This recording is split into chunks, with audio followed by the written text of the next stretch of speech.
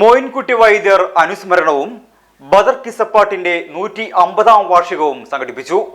പൊന്നാനി നഗരസഭയുടെ ഉറൂബ് സാംസ്കാരിക കേന്ദ്രം ലൈബ്രറി മൊയ്തീൻകുട്ടി വൈദ്യർ അനുസ്മരണവും ബദർ കിസ്സപ്പാട്ടിന്റെ 150-ാം വാർഷികവും സംഘടിപ്പിച്ചു. ഉദ്ഘാടനം വാർഡ് കൗൺസിലർ യു മുനീബ് ഉദ്ഘാടനം ചെയ്തു.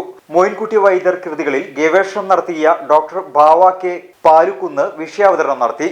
പ്രൊഫസർ ഇമ്പിച്ചുകോയ അധ്യക്ഷത വഹിച്ചു. Ibrahim Ponnani, K V Nadeer, P K Kunjumuhammad, Sujina, Babu Thanikkad, Radil എന്നിവർ പങ്കെടുത്തു. Kumari Habeeba Sameer, E V Muhammad Haneefa, Ayisha Beevi, P എന്നിവർ വൈദ്യർ ഇഷലുകൾ അവതരിപ്പിച്ചു. ഹബീബ് സർഗം സ്വാഗതവും താജ് ബക്കർ നന്ദിയും പറഞ്ഞു.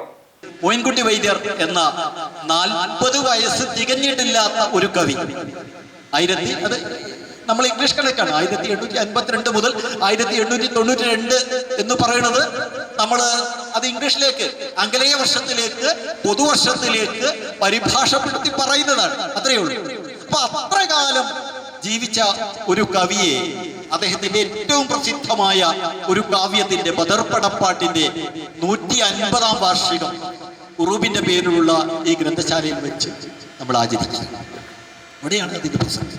ഇപ്പൊ എന്തൊക്കെയോ ശേഷിപ്പിച്ചു പോയി എന്നത് തന്നെയാണ് മോയിൻകുട്ടി വൈദ്യരുടെ പ്രസക്തി എന്ന് പറയുന്നത്. ഞാൻ പറഞ്ഞു, മോയിൻകുട്ടി വൈദ്യർ എഴുതിയത് മലയാളത്തിലല്ല. മലയാളം അറിയാഞ്ഞിട്ട എന്നുള്ള തെറ്റിദ്ധാരണ വേണ്ട.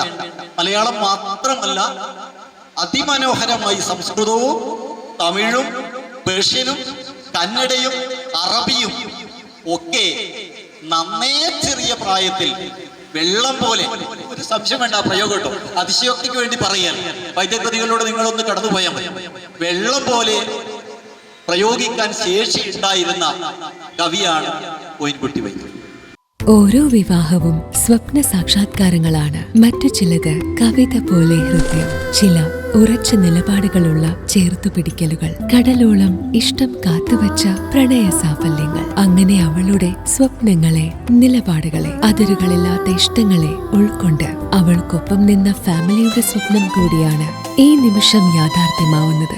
എന്റെ വിവാഹം എനിക്കൊപ്പം ഫാമിലി കണ്ട സ്വപ്നം. എന്റെ ഇഷ്ടങ്ങൾ എന്റെ ഫാമിലിക്ക് അറിയാം. Family wedding centre.